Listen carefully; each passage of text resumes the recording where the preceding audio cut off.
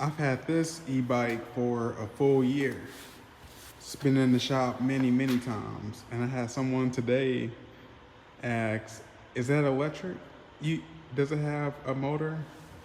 Does it have a motor on it?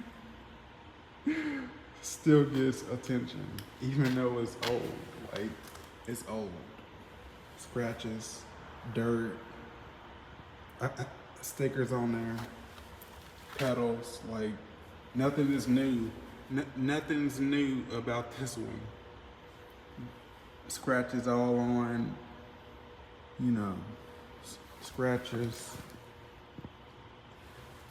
But like I said, for some strange reason, e-bikes get a lot of attention. So if you get one, I got something in my eye earlier. Hurts like hell. Get you some goggles.